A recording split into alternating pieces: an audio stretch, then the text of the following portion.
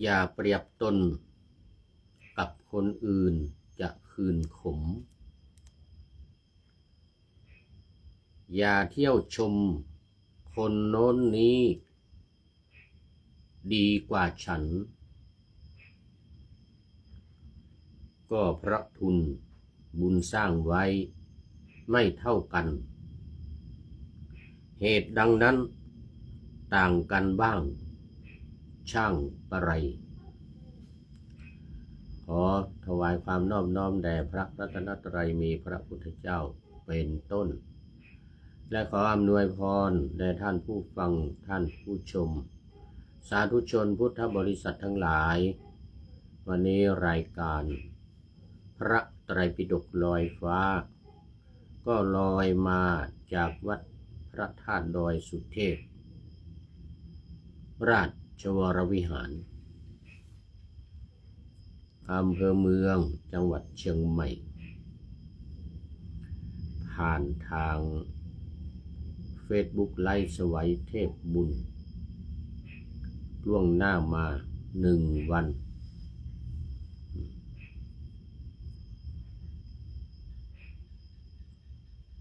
ซึ่งรายการก็จะนำออกอากาศในวันพรุ่งนี้5 สถานีตอนเช้า4 สถานี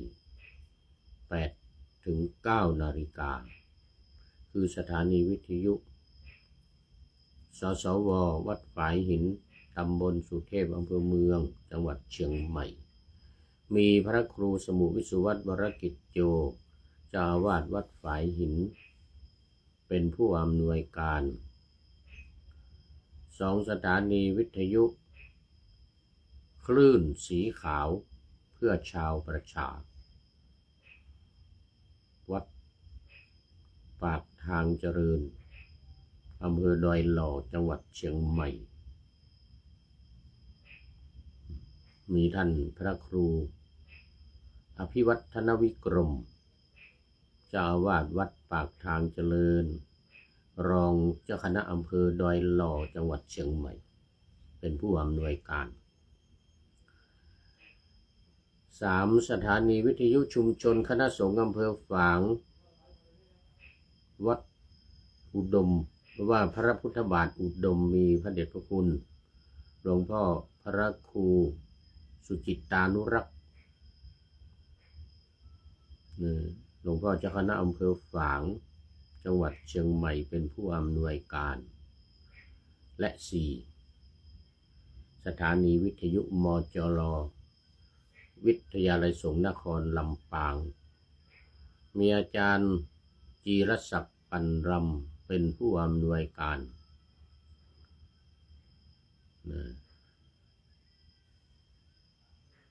โมทนากับ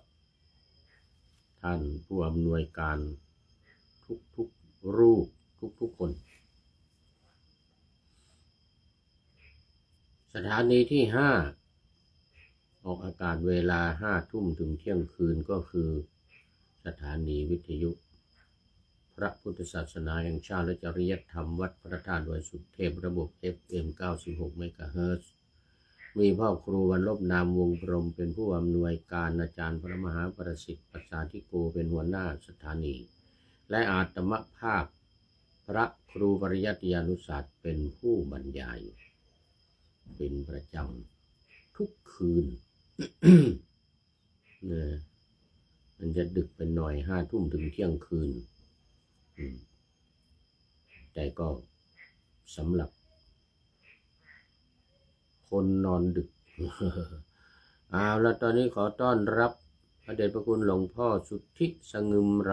ำจากจังหวัดบุรีรัมย์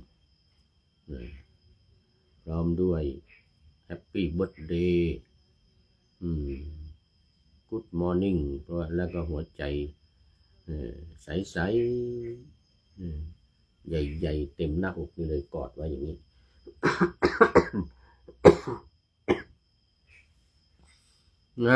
ตามมาด้วย FC ตัวจริงท่านอาจารย์สุริยันคำปา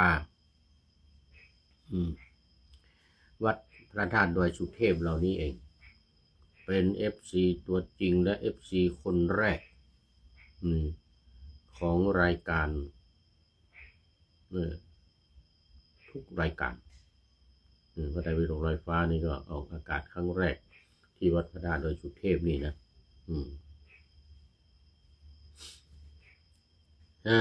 บอกว่ากราบนมัสการครับ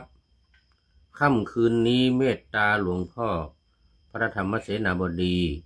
มอบหมายให้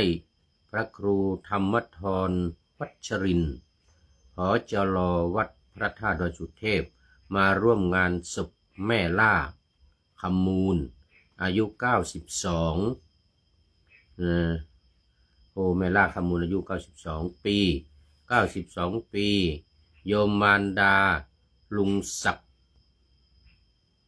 ยามยามลุงศักดิ์ที่เป็นยามณวัดเสาหินเวียงกุมกามจังหวัดเชียงใหม่เวียงกุมกามจังหวัดเชียงใหม่ครับมานะโอ้สาธุโมทนาด้วยขอแสดงความเสียใจไว้อาลัยแล้วก็โปร่งธรรมสังเวชด้วยธรรมสังเวชนี่ก็คือว่าคนเราทุกคนโมทนาต้องตายด้วยกันทั้งนั้นไม่มีใครที่จะอยู่ค้ำฟ้า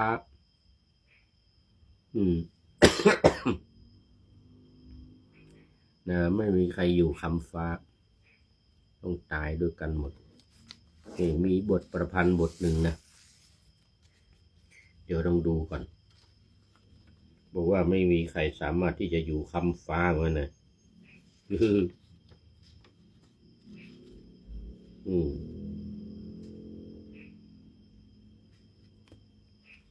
ไม่มีใครจะสามารถอยู่ค้ำฟ้าได้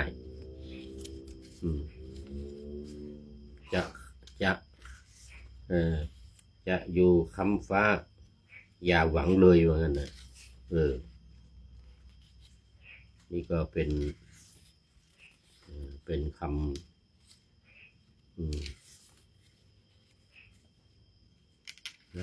ปรุงธรรมสังเวชสำหรับคนเราเนี่ยทุกคน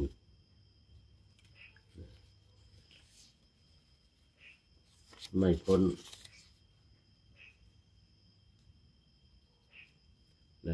นความตาย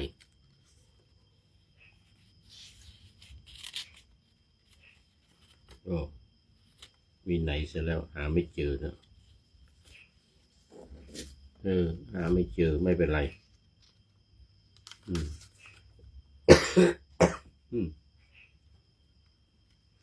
เรื่อง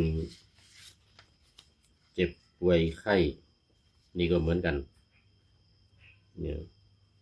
ไม่มีใครที่จะไม่เป็นนะต้องเป็นเจ็บป่วยด้วยกันทุกคน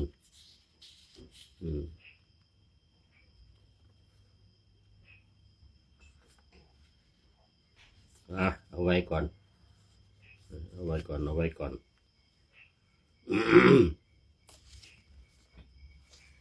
เป็นธรรมดาเป็นธรรมดา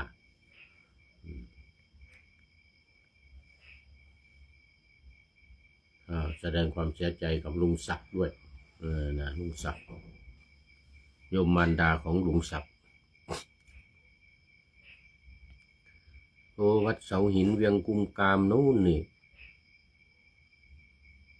แต่ความจริงวัดเสาหินนี่อยู่เขตอำเภอเมืองนะแต่มันติดกับอำเภอสารพีเวียงกุมกามท่านพระครูธรรมธรวัชรินทร์ก็เป็นตัวแทนพระเดชพระคุณหลวงพ่อไปเป็นเจ้าภาพโมทนาเป็นอย่างยิ่งไม่ทราบว่าศพจะเอาไปชาปนกิจ วันไหนวันที่เท่าไหร่FC ตัวจริงก็ช่วยบอกมาด้วยจะได้ประชาสัมพันธ์ให้หลายคนทราบจะได้ไปร่วมในวัน ในวันชาปนกิจศพเอาละตอนนี้ก็มีอีกหนึ่งประชาสัมพันธ์อันนี้เป็นเรื่องที่หนึ่งนะโยมมารดาของลุงศักดิ์นี่เป็นเรื่องที่หนึ่งเรื่องที่สองการอบรมพระนักสวดปาติโมกข์ของวัดพระธาตุดอยสุเทพ ปีละ1 ครั้งทุกปีครั้งละ2 เดือนครึ่งมีท่านอาจารย์พระมหาสกุลวิโรจนะกิตตินี่เป็นหัวหน้าทีมวิทยากรตามด้วยท่านอาจารย์พระมหาวันชัยประเรียนธรรม9 ประโยคทั้งนั้นอาจารย์พระมหากิตติพงศ์9 ประโยคเหมือนกันจากวัดพระธาตุศรีจอมทองอาจารย์พระมหาปิยพงศ์วัดโสพนารามประเรียนธรรม9 ประโยคเหมือนกันนะ สำหรับญาติโยมที่จะมาร่วมกันเป็นเจ้าภาพในระหว่างเวลา2 เดือนนี่นะนี่เหลือเวลาอีก2 เดือนกับ2 วัน3 วัน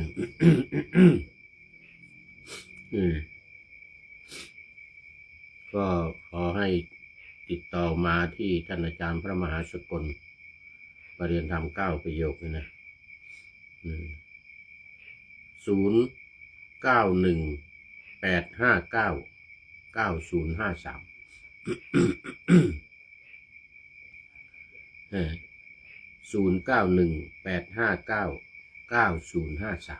นะ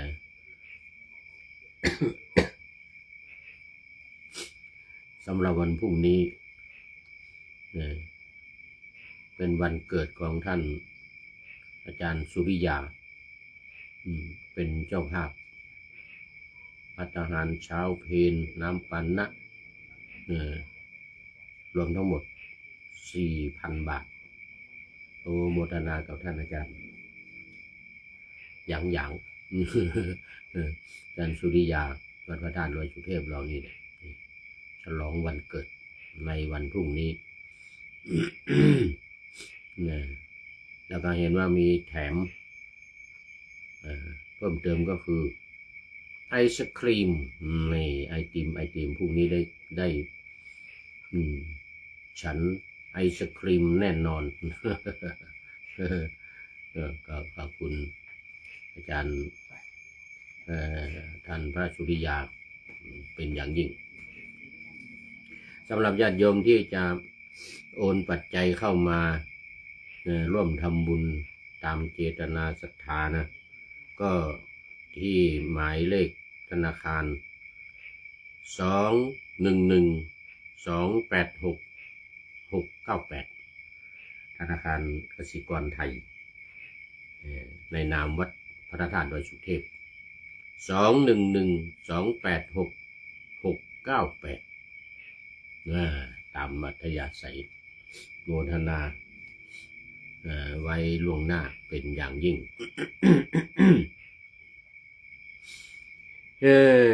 เอาละตอนนี้ก็เข้ามาสู่เนื้อหาสาระของธรรมะกันเลยเดี๋ยวจะว่าวิหารลายเสียเวลา วันนี้ยังอยู่ในเรื่องเอตทัคคะเหมือนเดิมซึ่งเป็นวรรคที่14วรรคใหญ่นะวรรคใหญ่วรรคที่14เอตทัคคะ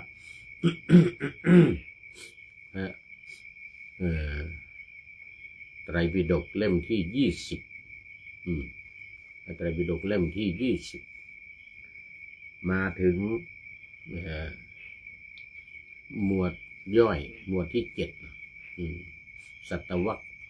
หมวดที่7หมวดที่7นี่ก็จะเริ่มจะเป็น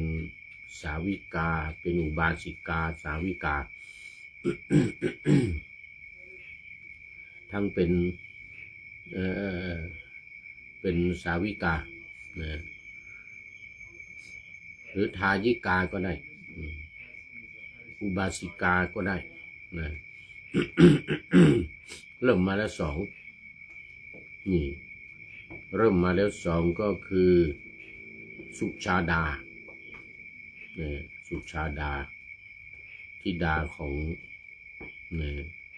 เสนานีกุดุมพีเสนานีกุดุมพีโน่นเมืองพาราณสีเดี๋ยวเสนานีกุดุมพีนี่อยู่อุรุเวลาเสนานิคมพุทธคยาปัจจุบันนี่นะเมืองพุทธคยานี่แหละแต่ว่าสุชาดานี่ไปแต่งงานแล้วไปอยู่บ้านสามีที่พาราณสีได้ลูกชาย1 คนคนหัวปีคนแรก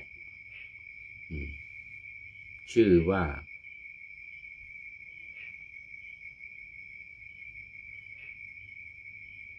ยัตสะชื่อยัตสะแล้วก็เข้ามาบวชคุณโยมพิษสมัยศรีเทพทำลงจากลำปางมาแล้วน้อมกราบสาธุสาธุสาธุสาธุเจ้า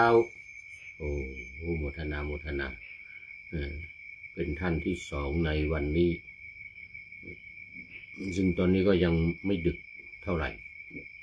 ยังไม่ถึง2 ทุ่ม คืนนี้เดี๋ยวนี้จัดรายการไม่เกิน4 ทุ่มแล้วปรับเวลาได้ตามเวลาท้องถิ่นเวลาในเมืองไทยละทุกทีตอนมาใหม่ๆนี่จะไม่หลับตี 1ตี 2ยังไม่หลับตี 2ตี 3นี่นะไม่รู้ทำอะไรก็มาจัดรายการ 4 ทุ่ม5 ทุ่มเที่ยงคืนตี 1ตี 2ตอนนี้ผ่านมา4 เดือนปรับตัวเข้ากับเวลาในท้องถิ่นได้ง่วงแล้วทีนี้เดี๋ยวสัก2 ทุ่ม3 ทุ่มนี่ก็ยกตาไม่ขึ้นแล้วก็ทำซะ1 รายการ2 รายการไม่เกิน3ตอนกลางคืนนี่นะ เดี๋ยวท่าน4 ทุ่มก็เข้านอนละ3 ทุ่มจบไปสักรายการ1ก็เข้านอนละ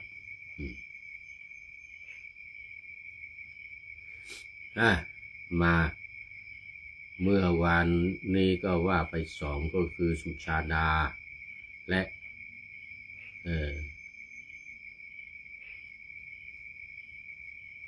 คนเดียวนี่สุชาดา วันนี้ก็เป็นวิสาขาวิสาขาสุชาดานั้นได้รับการยกย่องว่าเป็นผู้เลิศด้านการถึงสรณะก่อนใครก่อนเพื่อนฝ่ายผู้หญิงนะถ้าผู้ชายนี่นุ่นตะพุทธพันลิกะผมมาตั้งแต่พระพุทธเจ้ายังอยู่ต้นโพอยู่ที่ต้นโพกำลังเสวยวิมุตติสุขอยู่ต้นโพอันฝ่ายอุบาสกฝ่ายอุบาสิกานี่ เป็นคนแรกเลยก็คือสุชาดาตอนที่ไปตามหาพระยัสสะลูกชายหนีออกจากบ้านตอนตี 5เพราะว่าบ้านนี้วุ่นวายหนอขัดข้องหนอเนี่ยพุทธเจ้าไปเจอพระพุทธเจ้าบวชให้เลยบวชให้เป็นพระภิกษุเป็นโสดาบันพอแม่ไปตามไปเจอแม่กับพ่อแล้วก็ลูกสะใภ้ไปเจอก็ได้ฟังธรรมจากพระพุทธเจ้าอนุปุพีกถาเนี่ยนะก็ได้บรรลุเป็นโสดาบันแล้วก็ถึงสรณะทั้ง3เลยพระพุทธพระธรรมพระสงฆ์เป็นคนแรกเหมือนกัน ถวายข้าวมัทุปายาตก่อนที่พระพุทธเจ้าจะตรัสรู้ก็เป็นคนแรกถวายภัตตาหารข้าวมัทุปายาตแก่พระพุทธเจ้าคนสุดท้ายจะคือนายจุนทะนายจุนทะนั่นลูกชายของช่างทองอีกเหมือนกันนายจุนทะนะเสียงหนูมาแล้วเสียงกุกกักในห้องเสียงหนูมาแล้วบางทีข้างบนนี่บนเพดานนี่วิ่งกันเต็มบนเพดานนี่ตอนนี้มากัดอะไรกุกกัก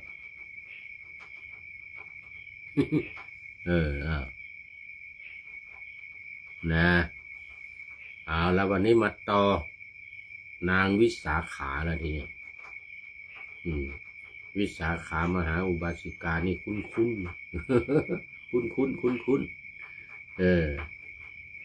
พระเดชพระคุณหลวงพ่อสุทธิสงมลำวิสาขานี่ใครๆก็รู้จักนะคุ้นเนาะวิสาขาเดี๋ยวก่อนในพระไตรปิฎกเล่มที่20พระสุตตันตปิฎกอังคุตรนิกายเอกนิบาตทุกกนิบาตติกนิบาตหน้าที่38ถึง40อ้างอิงตามเลขที่นะ38ถึง40หรือเนื้อหาใกล้เคียงในฉบับมหาจุฬากล่าวถึงเรื่องจิตนะที่สังวรจิตที่ไม่ได้รับการฝึกฝนอบรมซึ่งนำมาซึ่งโทษใหญ่หลวงและจิตที่สังวรฝึกแล้วคุ้มครองมีคุณมีประโยชน์อันยิ่งใหญ่มีคุณมีประโยชน์อันยิ่งใหญ่แล้วก็มาเรื่องของเอตทัคคะ ของนางวิสาขาซึ่งได้รับการยกย่องจากพระพุทธเจ้านะพระบรมศาสดาทรงยกย่องนางวิสาขาเนี่ยเป็นเอตทัคคะผู้เลิศกว่าผู้อื่นในฝ่ายผู้เป็นทายิกาคือผู้ที่ถวายทานยินดียิ่งในการถวายทานถ้าเป็นอุบาสกเนี่ยก็จะคืออนาถบิณฑิกเศรษฐีเนี่ยสุทัตตะอนาถบิณฑิกเศรษฐีถ้าฝ่ายอุบาสิกานี่ก็จะเป็นนางวิสาขาเรื่องชื่อลือนามอยู่ในเมืองสาวัตถีนางวิสาขานี่มีวัดสร้างวัดชื่อวัดบุพารามอนาถนี่วัดเชตวันนะวิสาขามิคารมารดาหรือรู้จักกันในนามว่านางวิสาขาคือมหาอุบาสิกาผู้ได้รับยกย่องจากพระพุทธเจ้านะคราวนี้คำว่ามิคารมารดาเนี่ยก็ไม่ค่อยคุ้นกันเท่าไหร่ไม่ค่อยได้ยินเท่าไหร่วิคารมารดาเนี่ยมิคาระเนี่ยเป็นชื่อของเศรษฐีเป็นพ่อผัวพ่อของสามีของนางวิสาขาทีนี้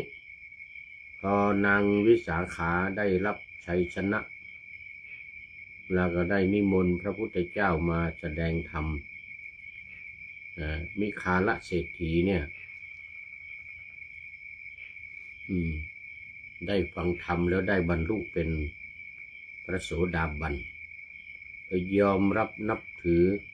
นางวิสาขานี้ว่าเป็นแม่ไปดูดกินนมนางวิสาขาเลยเนี่ยถือโอกาส โยมพิสมัยมาดูดกินนมนางวิสาขาเลยบอกว่านี่เป็นแม่แต่เป็นแม่ที่แม่ทางธรรมนะ ไม่ใช่แม่จริงๆนะแม่ทางธรรมคือทำให้ตัวเองเนี่ยได้นับถือพระพุทธศาสนาและก็ได้บรรลุเป็นโสดาบันเดิมเนี่ยนับถือศาสนาเชนนะหรือนักบวชเปลือยนักบวชไม่นุ่งผ้านะสมัยนั้นมันก็เป็นเขาเรียกว่านิโครนาตบุตรนะเป็นต้นตำรับเป็นต้นตำรับคนเดียวกันกับมหาวีระชื่อมหาวีระเป็นตรัสรู้เป็นพระพุทธเจ้าเหมือนกันนะแต่ไม่ได้เป็นพระพุทธเจ้าบรรลุธรรมโมกษะเหมือนกันเป็นอรหันต์เป็นอรหันต์เป็นอรหันต์ก่อนพระพุทธเจ้านะ52 ปีนะตรัสรู้ที่ภูเขาเวภาละที่เมืองราชคฤห์น่ะที่พระมหากัสสปะ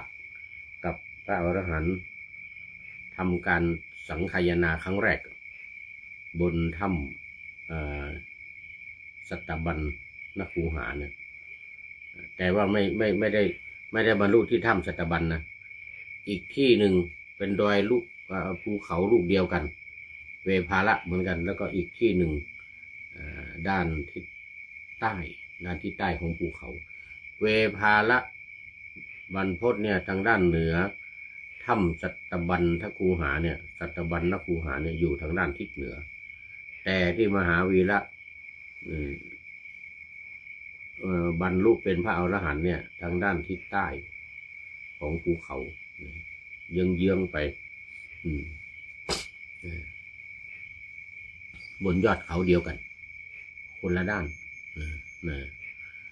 อันนี้นางวิสาขาเดี๋ยว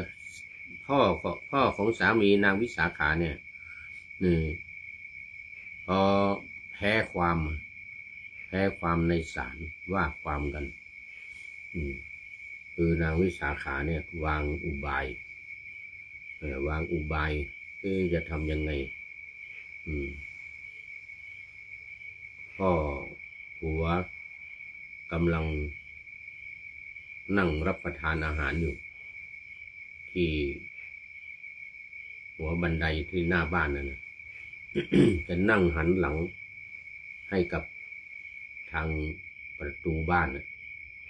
อันนี้ก็มีพระมาบิณฑบาตพระมาบิณฑบาตพระ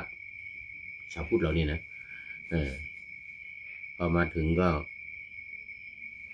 พ่อผัวของนางวิสาขาเนี่ยก็ไม่สนใจรู้อยู่แต่ว่าไม่ได้สนใจไม่ใส่บาตรนั่งทานอาหารอยู่นางวิสาขานี้ก็วางแผนต้องวางแผนให้พ่อของสามีเนี่ยมาฟ้องตนเองเนี่ยนะ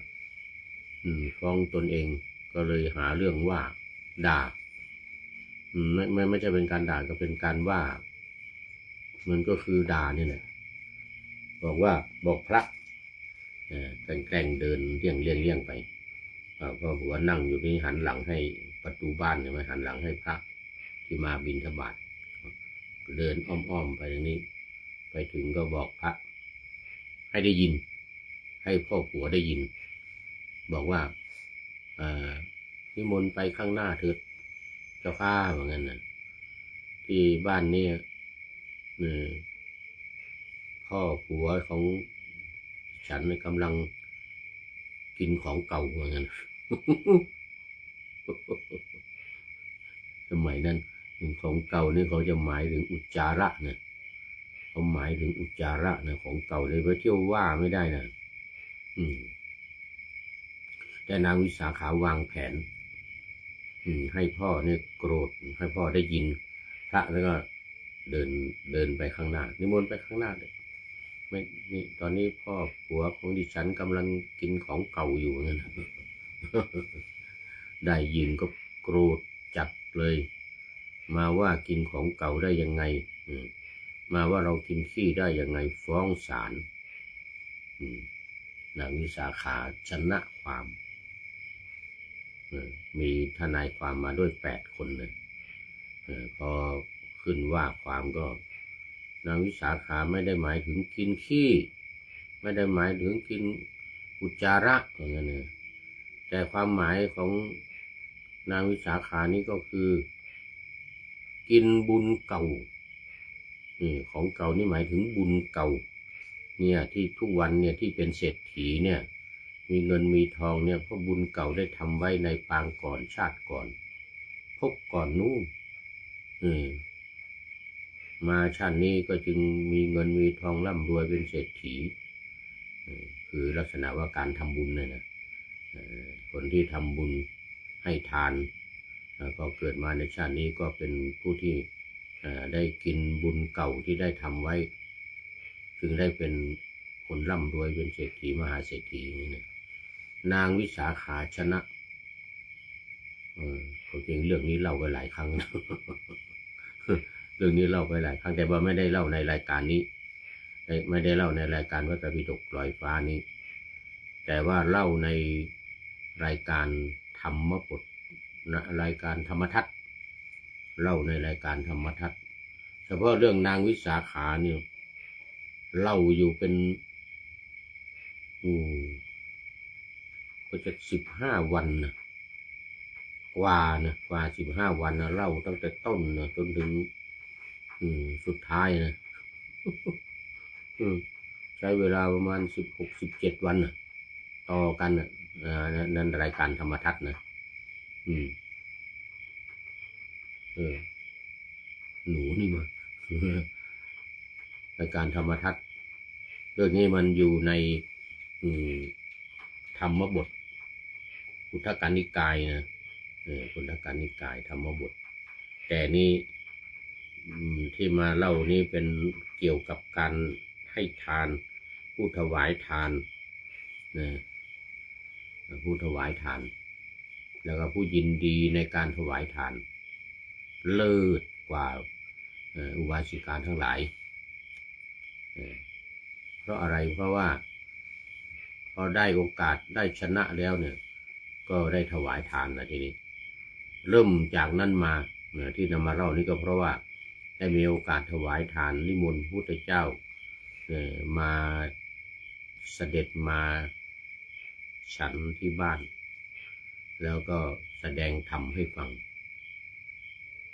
มีคาลเศรษฐีเนี่ย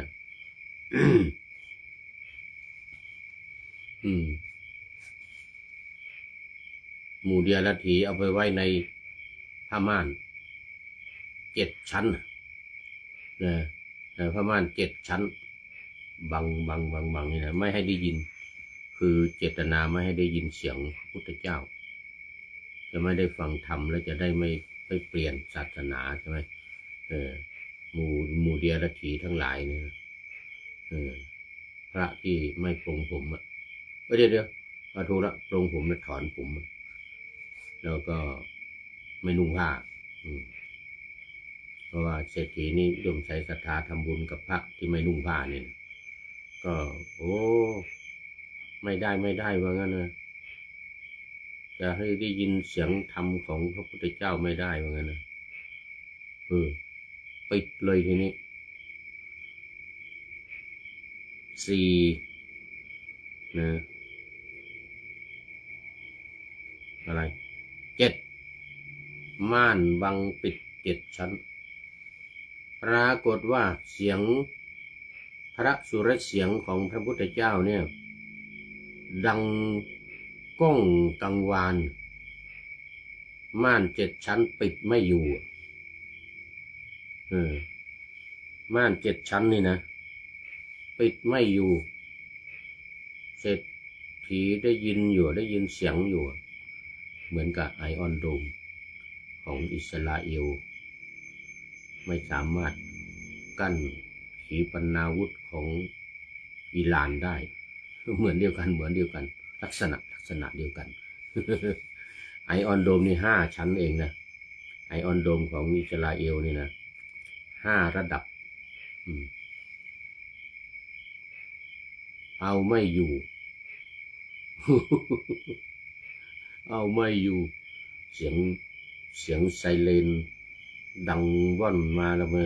เขาเห็นมาแล้วเนี่ยนะเห็นมาแล้วขีปนาวุธของอิหร่านประกาศให้คนเข้าวิ่งเข้าหลุมวิ่งเข้าบังเกอร์เข้าหลุมบังเกอร์เสร็จแล้วก็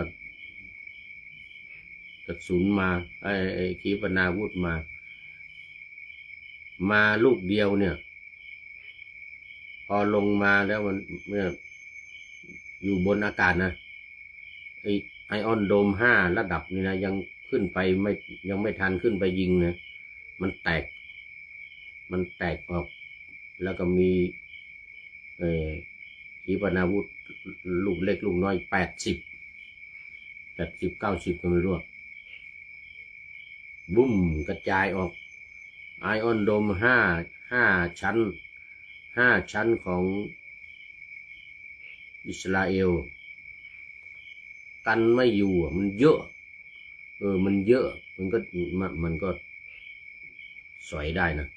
มันก็ป้องกันได้นะแต่มันไม่ได้ทั้งหมดนะมันไม่ได้ทั้งหมดไม่พอโดรนอีก800 ลำหรือว่างั้นนะโดรนที่เข้ามาเนี่ยสกัดได้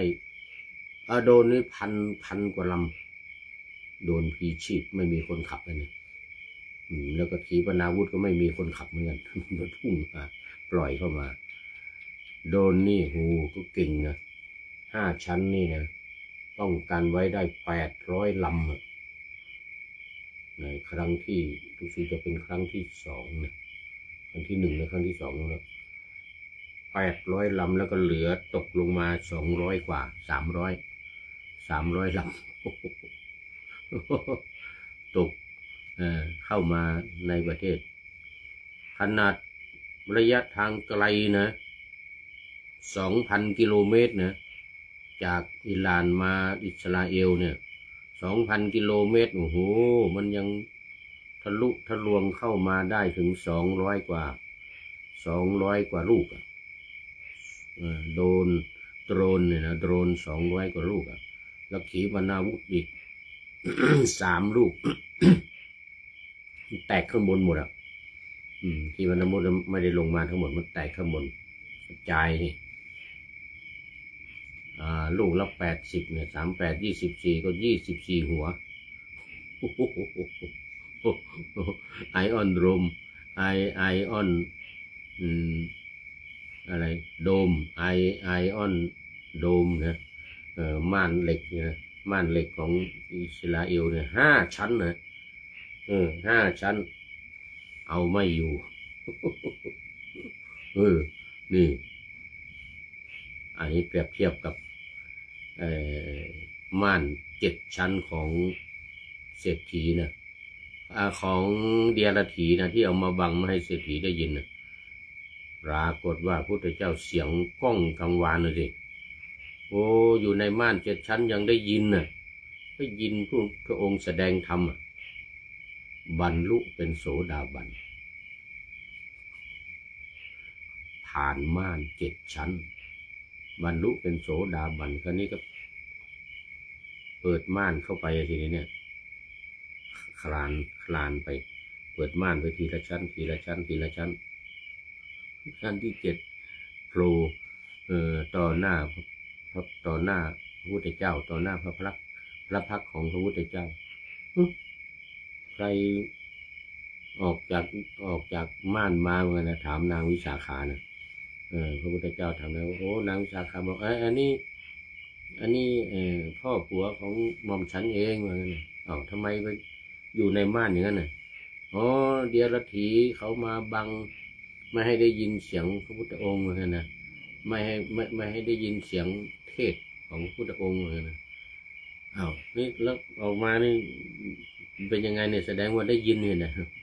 ได้ยินครับผมเหมือนนะเป็นโสดาบันแล้วได้ยินครับผมเหมือนนะออกมาได้ยินพระพุทธเจ้าแสดงธรรมอนุบุพพีกถานะแค่อนุบุพพีกถานะเหมือนกับพยัสสะเหมือนกับ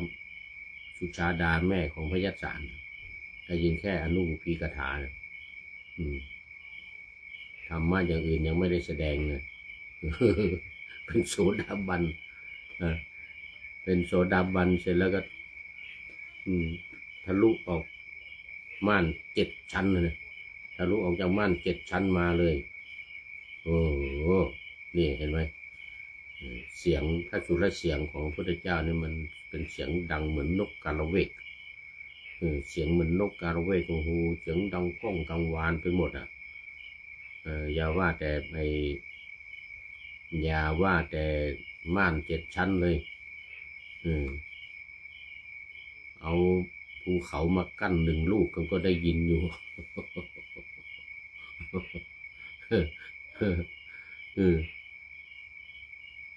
ปรากฏว่าไปดูดนมนางวิสาขาเลยยอมรับนางวิสาขาเป็นแม่ทางธรรมทำให้ได้เลิกจากการนับถือพระเจโลกหรือพระไม่นุ่งผ้านะมานับถือพุทธศาสนาถึงพระรัตนตรัยพระพุทธพระธรรมพระสงฆ์เป็นสรณะแล้วก็มีศรัทธามั่นคงมีศีลที่มั่นคงไม่หวั่นไหวศีล 5นี่นะศีล 5นี่มั่นคงไม่หวั่นไหวยอมรับนางวิสาขาว่าเป็นแม่เลยทีเดียวเป็นแม่ทางธรรมพระนางวิสาขานี่หลังจากนั้นมาก็ได้ให้ทานเลยพาพ่อผัวทำบุญสุนทานเพิ่มเติมบารมีจากทรัพย์สมบัติบุญกุศลเก่าที่ได้ทำมาได้แล้วเนี่ยสร้างบุญใหม่เพิ่มเติมอีกจนตลอดชีวิตตลอดชีวิตของพ่อผัว แล้วก็ได้ชื่อใหม่ว่าได้ชื่อนางวิสาขาได้ชื่อใหม่ว่าวิสาขามิคาระมารดามิคาระเป็นชื่อของพ่อผัวมารดาก็เป็นแม่ของมิคาระเศรษฐีวิสาขามิคาระมารดาคล้ายๆว่าเป็นนามสกุลนะเหมือนนามสกุลวิสาขานามสกุลมิคาระมารดา เดิมมีแต่วิสาขานะไม่มีสร้อยไม่มีสร้อยเรียกตามนะดูไปดูมาเวลาหมดแล้วหรือยังโอ้ยังคงมีเวลาเหลืออีกนิดหน่อยเหลือเวลาอีกนิดหน่อยพูดถึงนางวิสาขานี่ เลยได้ยกย่องเป็นอุบาสิกาผู้ยินดีในทานผู้ถวายทานหรือเป็นทายิกาได้รับการยกย่องเป็นเอตทัคคะเลิศกว่านางเลิศกว่าอุบาสิกาทั้งหลายของเราในฝ่ายผู้เป็นทายิกาหรือผู้ถวายทานชื่อว่ามิคาระมารดานี่ก็มาจากเหตุการณ์ดังกล่าวที่ดังกล่าวที่ว่ามาเมื่อกี้นี้เอาล่ะตอนนี้เรามาดูประวัติและลักษณะสำคัญบอกว่า 1. บรรลุธรรมตั้งแต่วัยเยาว์บรรลุเป็นพระโสดาบันตั้งแต่อายุเพียง7 ขวบหลังจากได้ฟังธรรมจากพระพุทธเจ้าอันนั้นนู้นบ้านเดิมนู้นไม่ใช่ที่อยู่สาวัตถีนะอยู่ที่เมืองสาเกตนู้นอายุ7 ขวบได้รับฟังธรรมจากพระพุทธเจ้าคือพ่อของนางวิสาขาเนี่ยต้อนรับพระพุทธเจ้าเสด็จมาแล้วก็ต้อนรับจัดอาหารถวายนางวิสาขายังเป็นเด็กอยู่อายุ7 ขวบได้รับฟังพระธรรมเทศนาของพระพุทธเจ้าเป็นโสดาบันเป็นโสดาบันตั้งแต่นั้นมาแต่ว่าได้เป็นสะใภ้ ของคนที่ไม่ใช่ชาวพุทธเนี่ยนับถือศาสนาเชนเนี่ยแต่ก็สามารถทำให้บิดาของสามีเนี่ยนะหันมานับถือพระพุทธศาสนาและเป็นพระโสดาบันได้นี่ก็รวมทั้งบิดานะพ่อของสามีรวมทั้งสามีของตัวเองด้วยนะในการต่อมาก็ทำให้สามีของตัวเองเนี่ยนับถือพระพุทธศาสนาและฟังธรรมแล้วก็บรรลุเป็นโสดาบันอีกเหมือนกันสามีของนางวิสาขาเนี่ย2. เบญจกัลยาณี เป็นสตรีที่มีความงาม5ประการได้แก่ 1. ผมงาม ผมของนางวิสาขานี่นะข้างหลังนี่ยาวลงไปถึงน่องนะถึงข้างหลังนะแล้วก็ปลายผมนี่ก็งอนขึ้นนะไปถึงน่องแล้วปลายผมงอนขึ้นอย่างนี้ดูสวยงามมากแล้วก็สีดำครับตลอดไม่งอกไม่ขาวเนี่ยว่าผมนี่นะไม่งอกไม่ขาวเป็นสีดำเนี่ยตลอดจนตั้งแต่เกิดมาจนตายตั้งแต่เกิดมาจนตายเนื้องามนี่หมายถึงริมฝีปากมูร่างกายของคนเราเนี่ยจะไม่เห็นเนื้อมันหนังมันหุ้มอยู่แต่ตรงเนี้ยริมฝีปากนี่เห็นไหมมันไม่มีหนังหุ้มจะเป็นเนื้ออยู่อย่างนี้แล้วของนางวิสาขาไม่อย่างนี้จะเป็นเนื้อที่แดงงามสวยงามไม่ต้องทาสีไม่ต้องทาลิปสติกนะไม่มีการทาแต่ว่าจะเป็นสีแดงงามอันนี้เนื้องามเนื้อที่ปากเนี่ยเนื้อที่ปากแล้วก็กระดูกงามกระดูกนี่หมายถึงฟันกระดูกอย่างอื่นเราจะมองไม่เห็นกระดูกอย่างอื่นเนี่ยมันจะมีหนังหุ้มหมดเห็นไหมทั้งมือจะเห็นหน่อยก็เล็บนี่อยู่ข้างนอกแต่มันก็ไม่แข็งเท่ากระดูกเล็บนี่นะมันก็ถือว่าเป็นมันไม่ถือว่าเป็นกระดูกแต่กระดูกที่ฟันนี่แข็งเหมือนกระดูกทั่วไปในตัวของเราเนี่ย3. กระดูก 4. ผิวของนางวิสาขานี่งามนะ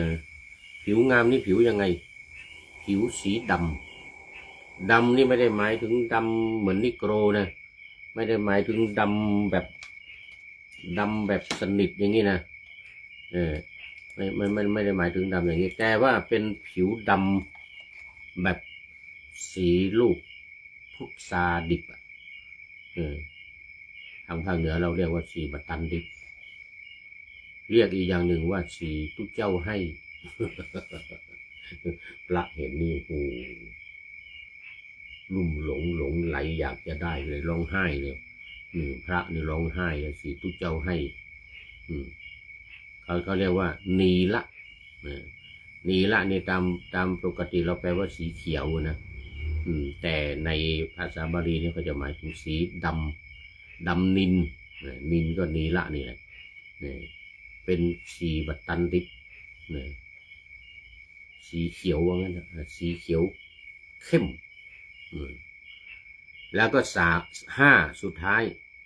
วัยงามวัยของนางวิสาขานี่ตั้งแต่เล็กจนโตจนตายอายุ120 ปีนะเหมือนกับเด็กอายุ14-15อันนี้เขาเรียกว่าวัยไม่แก่ไปตามร่างกายวัยไม่แก่ไปตามอายุ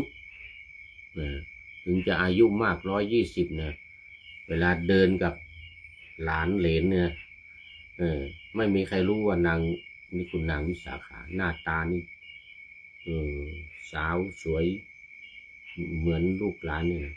จะรู้ได้ตอนไหนตอนที่ลุกขึ้นเวลานั่งแล้วลุกขึ้นเนี่ยนางวิสาขานี่จะเอาก้นขึ้นก่อน สัญลักษณ์ของคนแก่อันนี้เบญจกัลยาณี5 อย่างถ้ ถ้าจะดูว่าคนไหนเป็นนางวิสาขาจะดูหน้าไม่รู้อ่ะดูหน้าดูผิวดูอะไรต่างๆนี่โอ้เหมือนกับเด็กเลยตลอดเนี่ยวัยงามตลอดอายุจนตายจะดูได้ก็ตอนลุกขึ้นจะเอาก้นขึ้นก่อนเอามือยันพื้นอย่างนี้แล้วก็ลุกขึ้นเหมือนคนแก่ทั่วไปนี่สามฉายามิคาลมันดาหลังจากแต่งงานเข้าสู่ตระกูลของมิคาลเศรษฐีซึ่งเดิมนับถืออัญญเดียรถีนางได้ใช้กุศโลบายจนทำให้พ่อสามีหันมานับถือพระพุทธศาสนาและบรรลุโสดาบันมิคาลเศรษฐีจึงยกย่องนางเป็นเสมือนมารดาผู้ให้กำเนิดใหม่ในทางธรรม 4. ผู้ริเริ่มทานสำคัญเป็นผู้ริเริ่มการถวายผ้าอาบน้ำฝนผ้าอาบน้ำฝนนี้ถวายครั้งแรกนะในพระพุทธศาสนานี่นางวิสาขานะอันนี้ยังไม่ได้เล่าประวัติให้ฟังถวายผ้าอาบน้ำฝนแก่พระภิกษุสงฆ์เป็นคนแรกและเป็นผู้สร้างบุพารามปราสาทโลหะถวายเป็นวัดสำคัญในทางพุทธศาสนาผ้าน้ำฝนนี่ก็คือว่านางวิสาขาให้คนไปนิมนต์พระในวัดมาฉันภัตตาหารที่บ้านปรากฏว่าเข้าไปตอนนั้นมันฝนตกไม่เจอพระสักคนมีแต่เจรกไม่นุ่งผ้าอาบน้ำกันอยู่เต็มวัดเหมือนกันนางวิสาขาเลยคิดว่าโอ้พระไม่มีผ้าอาบน้ำฝนจะเอาผ้า3 ผืนนี่ไปนุ่งมันก็เปียกใช่ไหมมันก็เปียกก็เวลาอาบน้ำก็เลยแก้ผ้าอาบกันเหมือนกับเปรตเหมือนกันนะนางคนใช้ไปบอกนางวิสาขาก็เลยขออนุญาตพระพุทธเจ้าให้ถวายผ้าอาบน้ำฝนเป็นคนแรกเพราะงั้นพระจะได้ไม่แก้ผ้าอาบน้ำกันเหมือนกันนะจะได้มีผ้านุ่งเวลาฝนตกมาก็มีผ้าอาบน้ำฝนนุ่งอาบน้ำกันฉะนั้นผ้าอาบน้ำฝนเนี่ยเวลาเข้าพรรษาที่เราถวายผ้าอาบน้ำฝนกันเนี่ยได้ประเพณีเริ่มแรกมาจากนางวิสาขานี่นะนี่มีพระจึงมีผ้าอาบน้ำนอกจาก3 ผืนคือผ้าสังกาติอัตราสงแล้วก็อันตรวาสุกผ้าสบงมีผ้าใช้อีก1 ผืนคือผ้าอาบน้ำฝนเวลาฝนตกจะได้เอานุ่งอาบหรือเวลาอาบน้ำทั่วไปในสระน้ำหรือในลำห้วยหนองคลองบึงอะไรจะได้นุ่งผ้าอาบน้ำเนี่ยถวาย1 ผืนใช้ได้ตลอดปีนู่นปีหน้าเข้าพรรษาจึงได้ถวายอีกทีหนึ่งที่เรามีพิธีถวายผ้าอาบน้ำฝนกันนะความเกี่ยวโยงกับพระไตรปิฎกเล่มที่20นะก็คือพระไตรปิฎกเล่มที่20นี้อังคุตรนิกายนี้ปรากฏชื่อนางวิสาขาในข้อ152ซึ่ง ระบุการแต่งตั้งตำแหน่งเอตทัคคะไว้อย่างชัดเจนว่านางวิสาขามิคาลมารดาเลิศกว่าพวกอุบาสิกาสาวิกาของเราผู้ถวายทานอันยอดยิ่งเอาแล้ววันนี้หมดเวลาพอดีหมดเวลาพอดีคุณโยมพิษสมัยศรีเทพธรรมลงเป็นท่านสุดท้ายเข้ามาในรายการเข้าสู่เส้นชัยของรายการในวันนี้นะ โมทนาเป็นอย่างยิ่งแล้วก็ FC ตัวจริงท่านสุริยันคำปาด้วยมาดูข้อคิดท้ายรายการในวันนี้ได้จากใครผู้ใดหนอแลสถานีธรรมสถานีธรรมนี่มีบทประพันธ์เยอะวันนี้บอกว่าอย่าเปรียบตนกับคนอื่นจะคืนขมอย่าเที่ยวชมคนโน้นนี้ดีกว่าฉันก็เพราะทุนบุญสร้างไว้ไม่เท่ากันเหตุดังนั้นต่างกันบ้าง ช่างปะไรนะอันนี้เขาเรียกว่า การไปเที่ยวชมคนอื่นการไปเอาตนไปเทียบกับคนอื่นทั้งที่ว่าตนนี่มันด้อยกว่านี่นะมันเป็นมานะมันเป็นการถือตัวนี่ในมานะทั้ง8อย่างเนี่ยมานะที่ว่าถือตัวนี่นะข้อ8ของสังโยชน์10ประการนี่นะ แต่มีอยู่4อย่าง1 ตัวเองเนี่ยเป็นคนดีกว่าเขาเนี่ยแล้วก็ไปประกาศหรือไปบอกไปชมไปว่าคนอื่นว่าตัวเองเนี่ยด้อยกว่าเขาว่าอย่างนี้นะแล้วก็2ตัวเองเนี่ยเสมอเขาแต่ไปสำคัญตัวเองว่าด้อยกว่าเขานี่แล้วก็3ตัวเองเนี่ยดีกว่าเขาดีกว่าเขาแต่ว่าไปสำคัญตัวเองไปประกาศไปบอกว่าตัวเองเนี่ยดีกว่าเขาก็ไม่ได้อีกเหมือนกันเขาเรียกว่าเป็นมานะเป็นการถือตัวมีมานะนี่ถือตัวดังนั้นเนี่ยการที่จะเอาตัวเองไปเทียบกับคนอื่นว่าคนอื่นเนี่ยคนโน้นคนนี้ว่าดีกว่าเราเนี่ยจึงถือว่าเป็นมานะถือว่าผิดเป็นสังโยชน์ผูกใจสัตว์มัดสัตว์ทั้งหลายให้อยู่ในโลกนี้ไม่พ้นไปจากโลกนี้ได้แล้วตอนนี้ก็ขอบคุณสถานีธรรมไว้ณที่นี้เป็นอย่างยิ่งขอนำพระไตรปิฎกลอยฟ้าไปจากผู้ฟังทั้งหลายในโลกล่าวันต่อไปจะได้จรย้อนกลับมาสู่สถานีใหม่ให้ท่านฟังอย่าลืมเปิดวิทยุหรือเครื่องรับโทรศัพท์โมบายคอมพิวเตอร์ผัง YouTube เฟซเพจไลน์ให้ดังๆเพื่อชมฟังรายการวันต่อไปขอทุกท่านมีความสุขทุกคืนวันนำธรรมะประกอบการงานทั้งหลายเช่นขยันทำงานทางวาจากายใจขวนขวายกิจการงานนาบำเพ็ญสาธารณประโยชน์เว้นสิ่งที่มีโทษโหดเยี่ยงสาประกอบแต่กรรมดีมีราคาแสวงหาเงินทองครองใจคนเสียสละพลทรัพย์นับมากน้อยไม่ให้ล้านก็ให้ร้อยไม่ด้อยผลเอื้อคนรวยช่วยคนยากฝากคนจนให้ทุกคนเท่ากันมาตรฐานเดียวขอเจริญพร